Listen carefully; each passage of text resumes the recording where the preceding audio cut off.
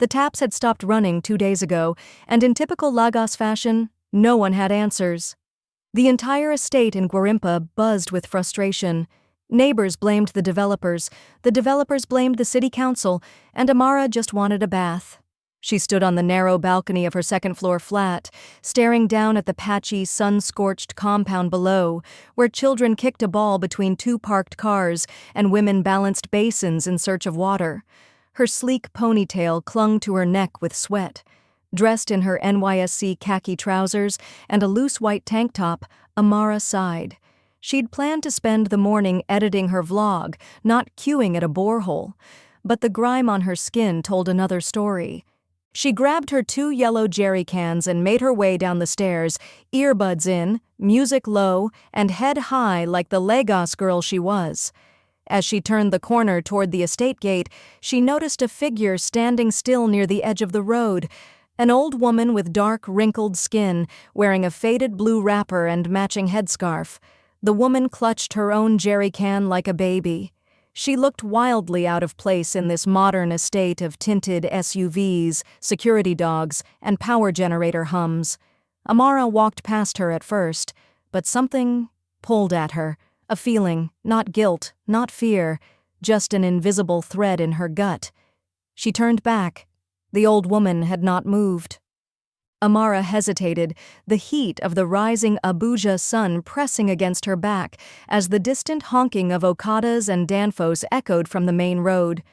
She turned fully now, facing the old woman, who hadn't blinked, moved, or spoken.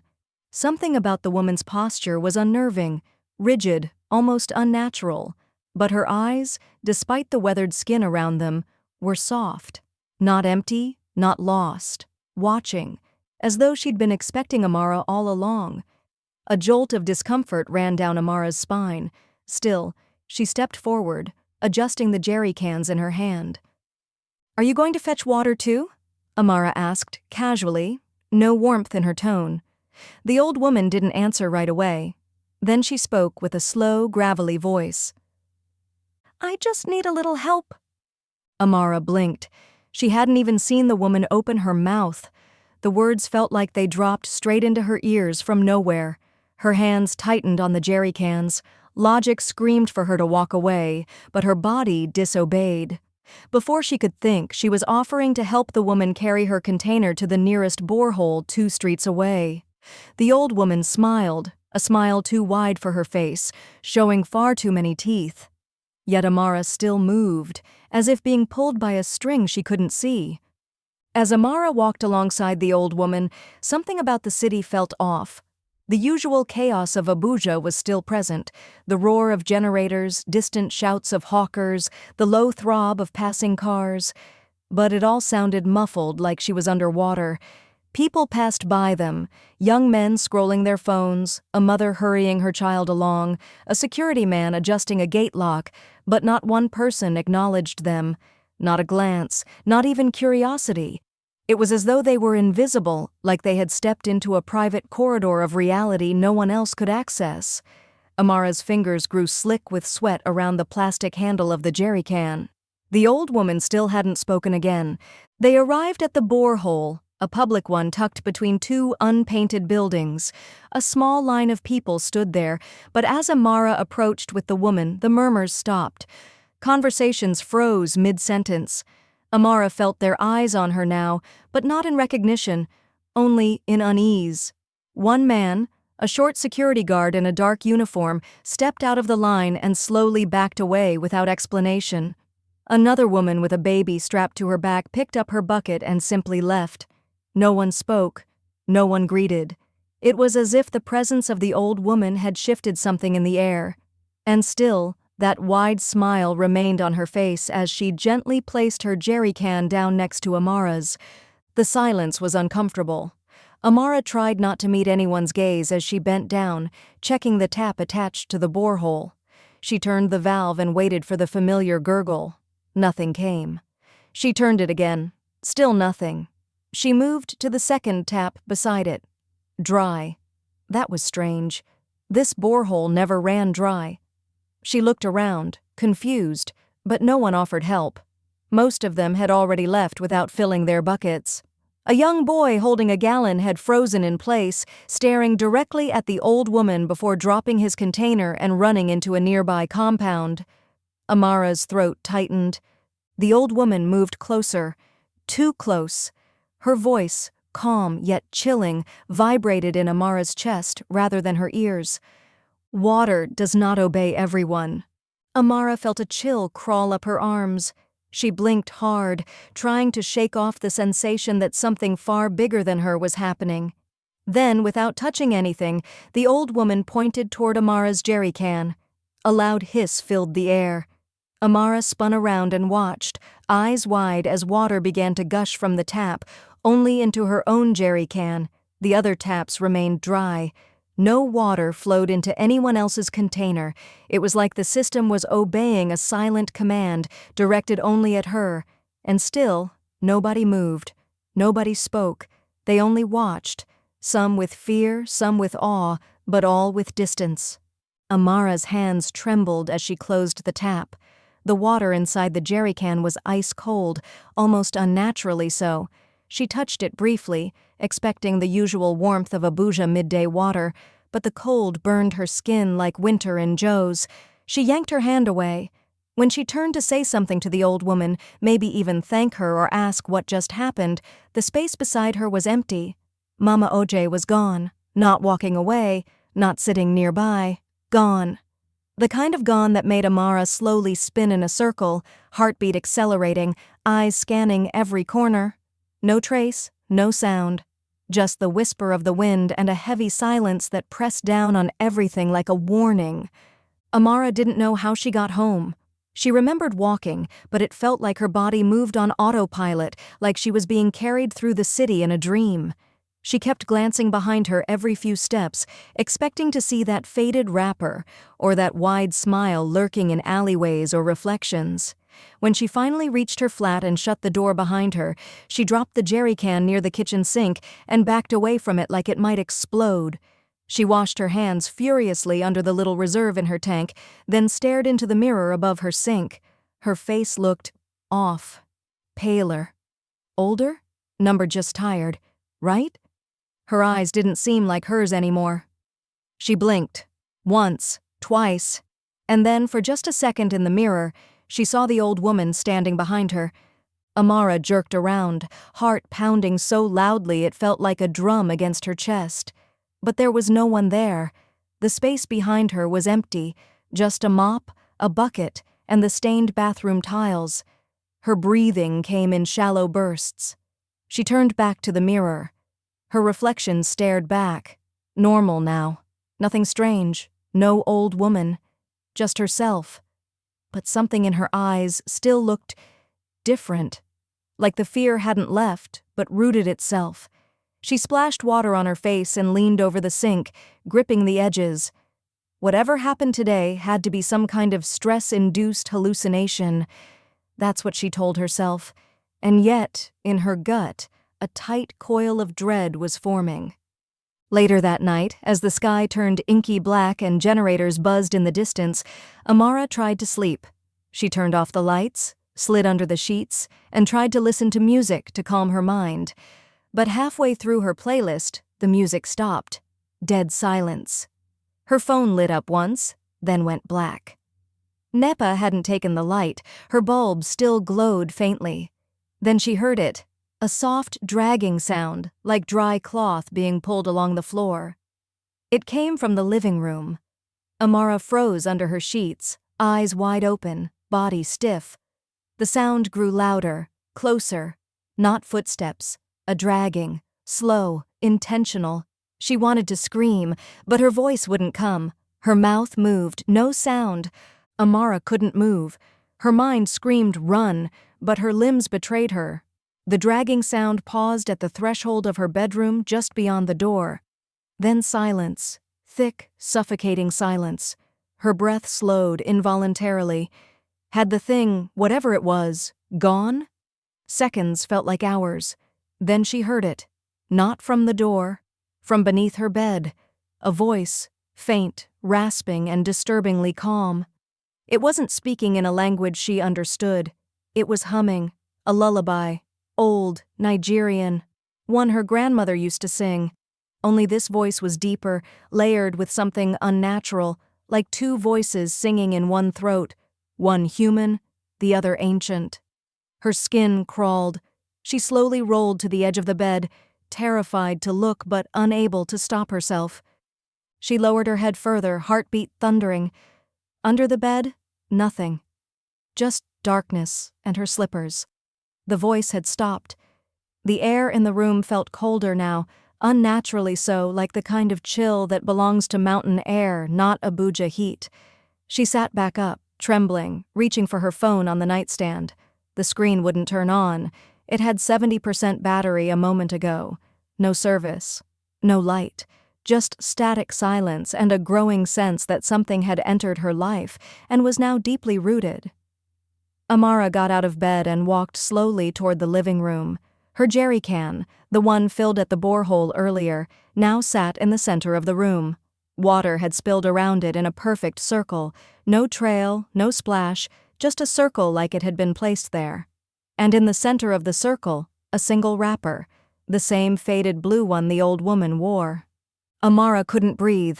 Her body locked in place as her eyes fixated on the wrapper lying calmly in the center of the water circle. The jerry can hadn't tipped over. There was no visible leak. It sat upright, still sealed, yet the water surrounded it as if it had been summoned out. Amara dared not step forward. She wanted to run, to scream, to call someone, anyone, but her legs stayed glued to the floor. She blinked rapidly, hoping the image would vanish. It didn't. Instead, the water in the circle began to ripple, though there was no wind, no vibration. A pattern slowly emerged on the surface, a symbol drawn in the ripple itself, like an invisible finger tracing something sacred and ancient. It looked like an eye. The instant the eye finished forming, the lights in the apartment blinked off. Darkness swallowed everything. Amara gasped, stumbling backward. Her heel hit the leg of the couch, and she collapsed to the floor. The air felt thicker now, as though the oxygen itself had weight. A low vibration hummed beneath her, like the building was alive. Then came the sound again, that dragging. Not across the floor this time. It came from inside the walls, a slow movement, as though something massive was crawling through concrete and wires, getting closer. Her heart pounded as she reached for the light switch. Nothing. Then suddenly, her apartment door flung open by itself. No wind, no hand, just the echo of metal hinges, and outside stood no one. Only the empty corridor, dimly lit by flickering hallway bulbs, and a trail of wet footprints leading away from her door. Amara crawled backward, still on the floor, eyes glued to the open door.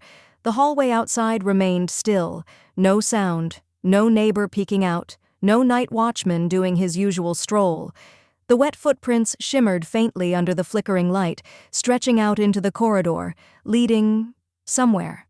Amara slowly got to her feet, pulse slamming in her throat. Against every instinct, she stepped out. Her feet touched the wet tile, and a shiver shot up her spine. She followed the trail, heart racing, past the doors of her sleeping neighbors. Then, halfway down the corridor, she saw her. A girl, about 12, wearing a white school uniform with muddy socks, standing perfectly still at the end of the hall, barefoot. Her eyes, Amara gasped. They were the exact shade and shape as the old woman's. The girl didn't move, didn't blink. Her expression was unreadable, calm, like someone waiting for a bus. Then she raised one hand and pointed to the wall beside her. Without speaking, without looking away, Amara followed the gesture with her eyes. There, scrawled on the wall in water, as if someone had dipped their fingers into her jerry can and written it, was her name. A M-A-R-A in bold strokes. Then below it, one word she couldn't understand. A language she didn't speak. But the moment she saw it, her ears rang and her vision blurred. The hallway swayed, her knees buckled. She clutched the railing and blinked hard. When her vision cleared, the girl was gone. The wall was dry. The footprints vanished. Only the echo of her own shaky breathing remained. Amara locked her door 3 times when she returned. She even slid a chair under the handle, though she'd never done that before. The apartment felt wrong, not just eerie, but changed. The lights stayed off, the sockets unresponsive. She didn't bother with her phone anymore. It still showed a dead black screen, as though time had stopped inside the device. She sat on the edge of her couch, breathing hard, mind racing. The child, the writing, the missing woman, the eye in the water, none of it made sense. She rubbed her arms for warmth. The apartment was cold again, bitter cold, as though the very air had forgotten how to carry heat. Then came the knock. It wasn't loud, just 3 soft taps, deliberate, slow. Her body froze. No one knocked like that in this estate. Everyone called or buzzed. She crept toward the door, heart in her throat. She looked through the peephole. Nothing, just the dim corridor outside. She backed away. The moment her feet touched the cold tile, another sound followed, this time from inside the house. A breath, not hers. A quiet, slow inhale and exhale right behind her. She turned sharply. No one. Then the faintest sound, bare feet stepping across water. She turned toward the kitchen. A wet trail led from the jerry can into her bedroom. She hadn't left any water there. She hadn't gone back into that room since the mirror. But something had. Amara crept toward the bedroom like someone approaching a crime scene, her bare feet sticking slightly to the wet tile. The trail led directly into her room. The air was heavy now, thick, like something unseen had changed the very atmosphere. As she reached the doorway, the light from the hallway flickered behind her, casting long shadows into the room. The wet trail ended at the foot of her bed, but there was nothing else there. No figure, no sound, just her reflection, visible in the full-length mirror across from her closet. She stepped in, and her reflection didn't move. Her heart stopped. Her real self had just entered the room. The reflection was already there, still as death. Slowly, it smiled, a slow, haunting curl of the lips, nothing like her usual smile. Amara staggered back. The reflection tilted its head in a jerky, unnatural movement, like a puppet. Then it raised one hand and pointed at something on the wall. Amara turned her head. There, above her bed, carved deeply into the paint with what looked like fingernails, were the same strange letters she saw on the corridor wall. Only this time below them it said, "Return the water, before it drinks you." Amara stumbled backward into the hallway, her breathing ragged. "Return the water, before it drinks you." The words carved into her wall pulsed in her mind like a curse. Her reflection had smiled. Her own face had moved without her. That jerrycan. She turned and stared toward the kitchen where it sat innocently on the tiled floor, half full, quiet, still, but not normal. Nothing in her flat was normal anymore. And then she heard it. The sound of running water. It wasn't from the tap. It was coming from the jerrycan itself. She took one step forward. The jerrycan began to hiss. Water spilled faster now, not splashing, not leaking, but moving. It was crawling across the floor, forming lines, curves, symbols. She watched in horror as the liquid formed that same eye-shaped sigil again, right at her feet. And as she stepped back, she saw something worse. The water was rising, not just flowing on the ground. It was lifting, standing upright like it had shape, like it was becoming a form. She could make out the faint outline of shoulders, a face, a head made entirely of shimmering liquid. She backed into the living room, but the water kept coming, inching toward her like it could smell her fear. She thought of the old woman's eyes, the little girl's stare, and now, the water was watching her too.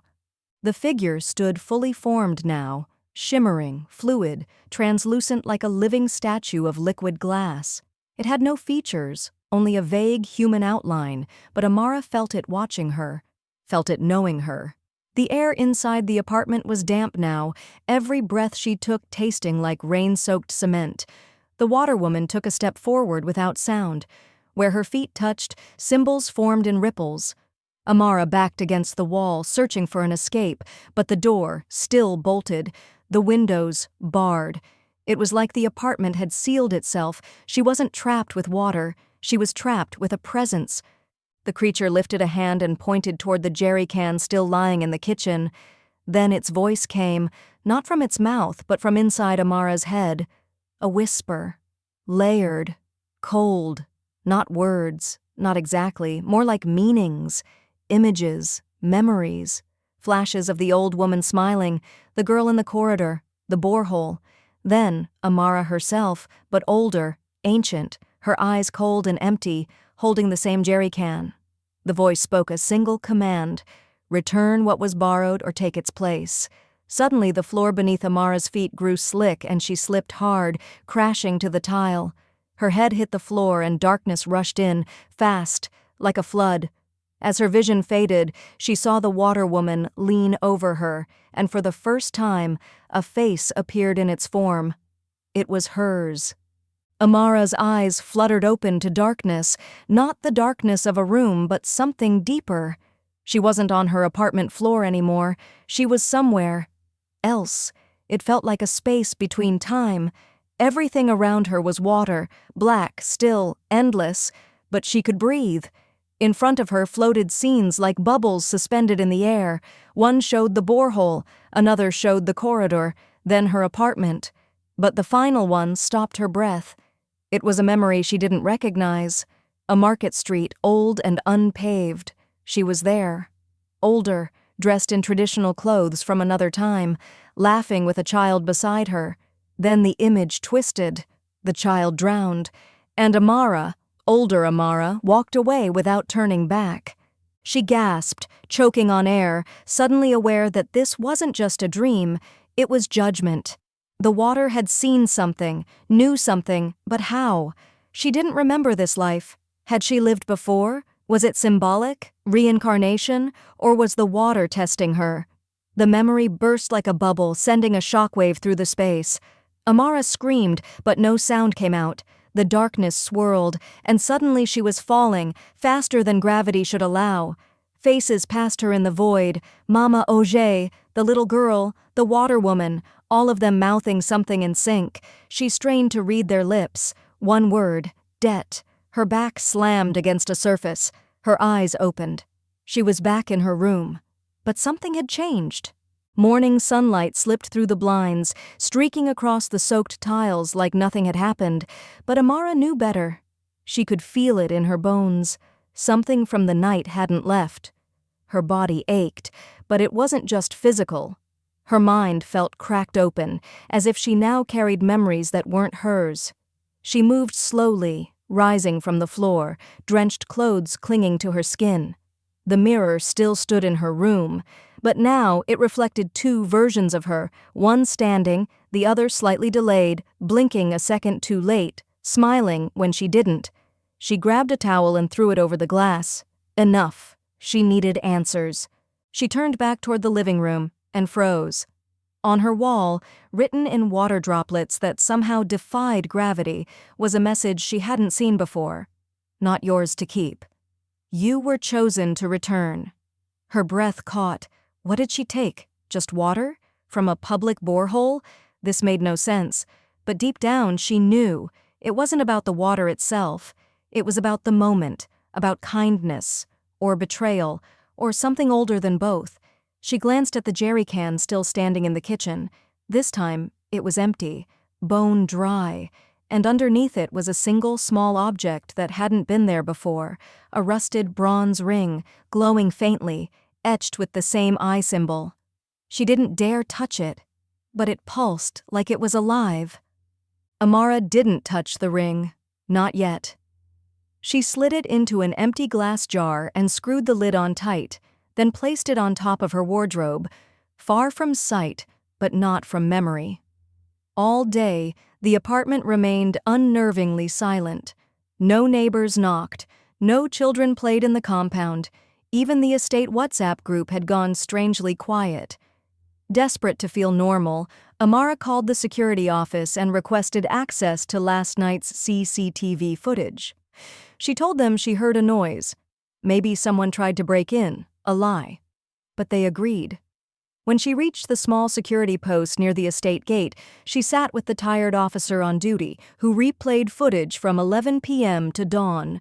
For minutes there was nothing. Then, at 3:14 a.m., movement. The officer frowned, leaning closer. He scratched his beard. "I don't remember seeing this woman inside," he muttered. Then, as the footage continued, something impossible happened. The woman walked straight through Amara's door, not opened, through. The wall rippled like water, and she entered. Amara felt her stomach drop. The officer froze, speechless. Then the camera glitched, flickered, static. When it resumed, there was no one. Amara stood up slowly, unable to speak. The man looked at her, visibly shaken. "Do you want us to call the police?" he asked. But what could she say? That water walked through walls? That mirrors moved on their own? That she saw her own face in something made of liquid?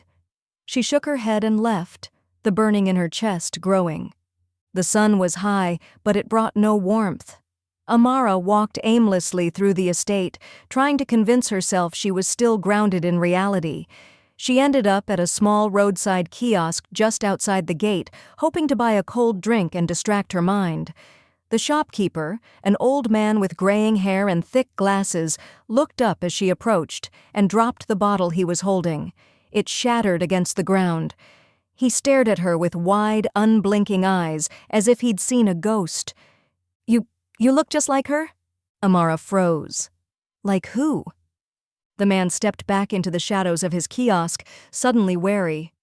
30 years ago, there was a girl. She helped a strange woman at the borehole behind this estate. She vanished that same night. People said it was ritual. Others said she drowned herself. But I saw her. Before she disappeared. She had your face. Amara's legs nearly gave out. She gripped the edge of the kiosk. "What was her name?" she asked. The man didn't blink. Amara. Her blood ran cold. Impossible. That wasn't a coincidence. That wasn't superstition. That was something else. Something old. She staggered back, the world spinning. As she turned to leave, she caught a glimpse of herself in the vendor's mirror propped near the crates. Only, her reflection wasn't walking away. It stood still, head tilted, eyes glowing faintly blue. Amara rushed back to her apartment, heart racing, legs weak beneath her. Her head spun with questions she couldn't answer. How could another girl have looked like her? Lived in the same place?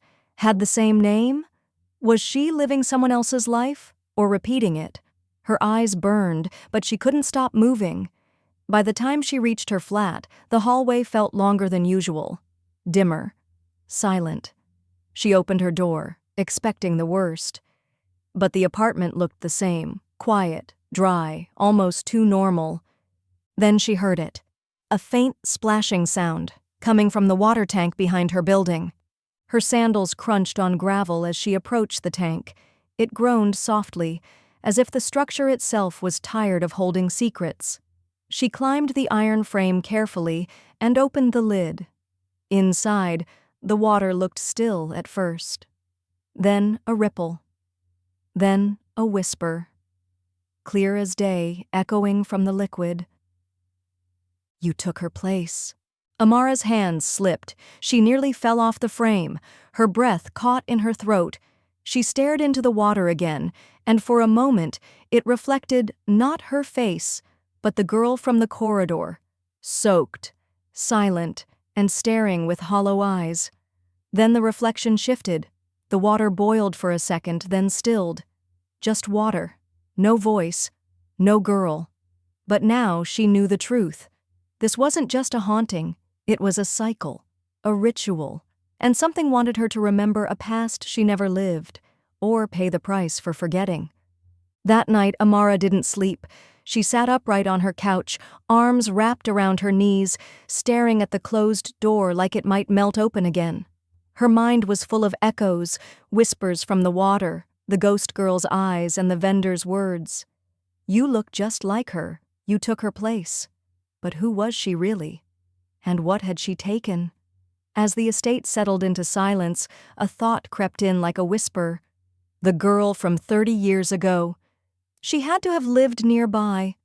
What if her apartment was still here? At dawn, when the estate gates opened and people began their routines, Amara made her move. Apartment 3B, opposite hers, was always closed, always dark. She'd assumed someone lived there, just quietly. But now she wasn't so sure. She climbed the stairs slowly, her hands trembling. The corridor felt colder near the door. She knocked once. Nothing. Knocked again. Stillness. Then she noticed. The door wasn't locked, just slightly ajar. Swallowing her fear, she pushed it open.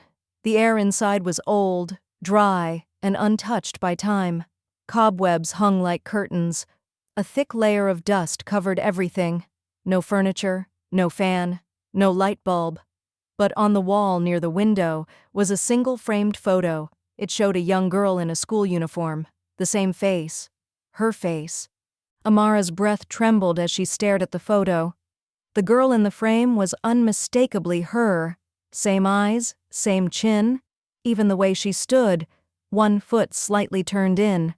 But the photo was dated in faded ink on the corner, 1993, her birth year. No, before she was born. Her hands trembled as she touched the frame, but something beneath her foot creaked. A loose floorboard. Slowly, she crouched and pried it open with the edge of her key. Inside was a dusty, yellowed envelope sealed with wax. Her name was written on the front, Amara, in neat cursive, as though someone had known she'd come one day. She opened the envelope with shaking fingers. Inside was a single sheet of paper, handwritten in the same neat cursive. It read, "To the one who returns, you were not born, you were sent. Your kindness was tested and the water answered. Return what was taken, or become what once was. This place is not a home, it is a gate." Beneath the letter was a pressed, dried flower, blue, brittle, and unfamiliar. Her head spun. Sent? Gate? Taken? She looked around the apartment again and noticed now no cobwebs had formed near the window. The dust formed a perfect ring around the center of the room, like someone had stood there recently, and in that ring, just like before, was water, a puddle, fresh, cold, still. Amara fled the apartment with the letter clutched in her hand and her heart pounding like war drums. The hallway felt too narrow, too dark, like the building itself was closing in on her. She didn't stop running until she reached the back of the estate, the overgrown area behind the water tank, where rusted pipes snaked into the ground like forgotten veins. It was always locked off, overgrown with weeds and broken fencing, but something inside her pulled her there, a quiet whisper that wasn't quite a voice. Her sandals crunched over stones as she reached the old maintenance hatch behind the tank. The metal door was rusted shut, but beside it, buried under dirt and moss, she saw something. Fingers, human, decayed, reaching from beneath the soil. Her scream never made it out of her mouth. She stared at the hand, frozen until her body acted on instinct. She dug, bare hands, wild movements, until the dirt gave way to something deeper. A body, buried, female, wrapped in tattered cloth, decades old, still clutching a jerry can with both arms like a child. Her face was partially decayed, but somehow familiar. The flower from the letter was tucked into her wrapper. Amara fell backward, gasping. She now understood. The water didn't choose her randomly. It wasn't punishing her. It had summoned her. This girl, this Amara, hadn't returned what she'd borrowed. And now, the debt had crossed time. Amara stood over the uncovered body, heart racing, lungs barely keeping up with her panic. She felt like the earth beneath her feet might open and swallow her whole. The air was too still. The sky had gone from cloudy to dark in a matter of minutes. Rain threatened, but not the ordinary kind. She backed away, glancing once more at the jerry can still cradled in the corpse's arms. It wasn't just any container. It looked newer than everything else, untouched by decay. Amara realized then it was her jerry can, the exact one she had filled 2 nights ago, the one the old woman had handed her.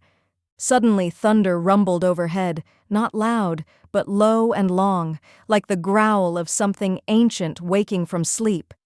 Amara turned to run, but a sharp pain shot through her foot. She looked down. Water. Rising again. Fast. It poured from the earth like a wound, circling her feet, forming that same cursed eye symbol.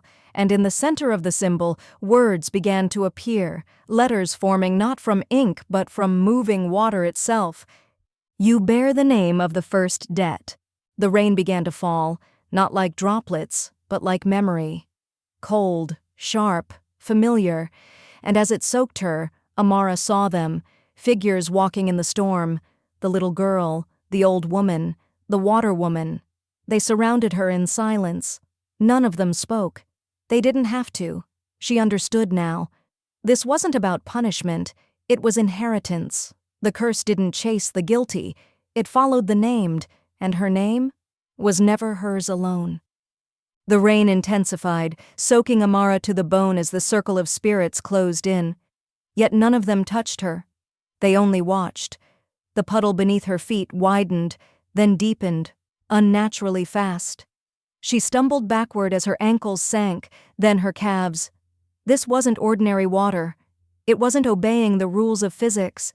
It was pulling her, like a memory, or worse, like a burial ritual reversed.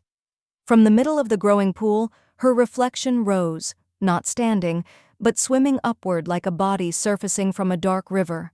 Its eyes were wide, lifeless, yet full of knowing. Then it spoke, without a mouth.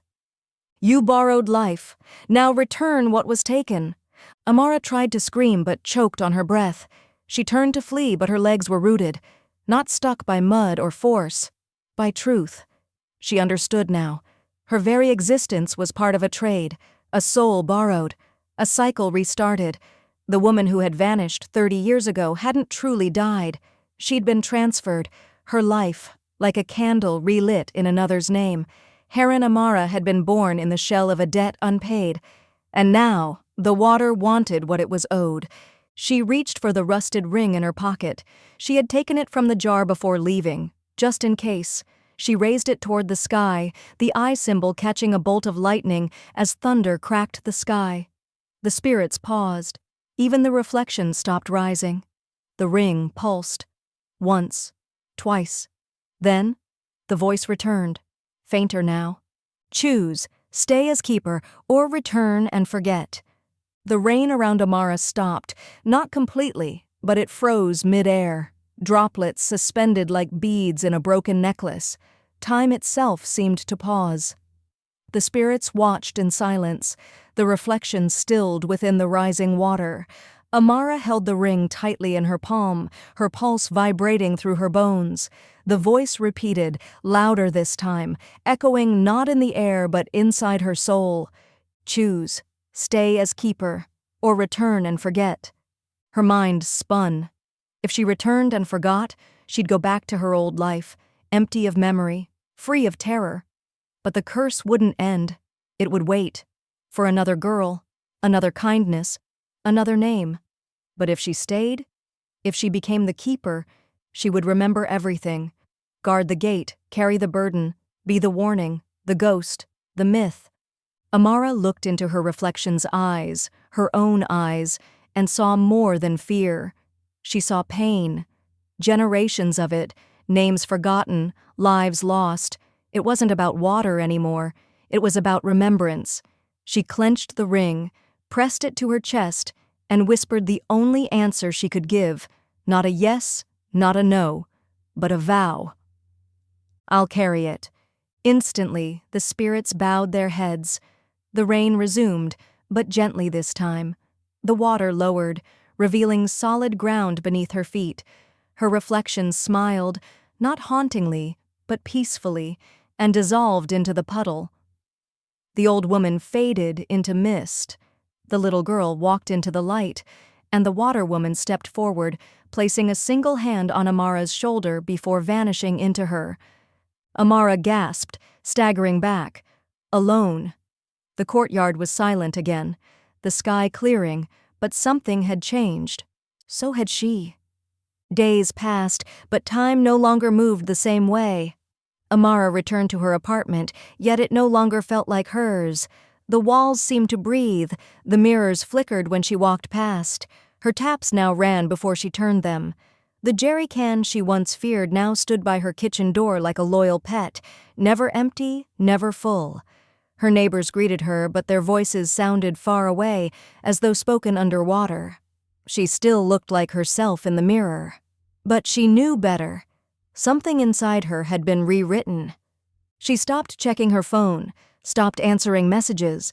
The world outside buzzed as always, unaware of what lay beneath their water tanks and boreholes. But Amara felt it, every time someone poured a cup, every time a jerry can rolled across the pavement.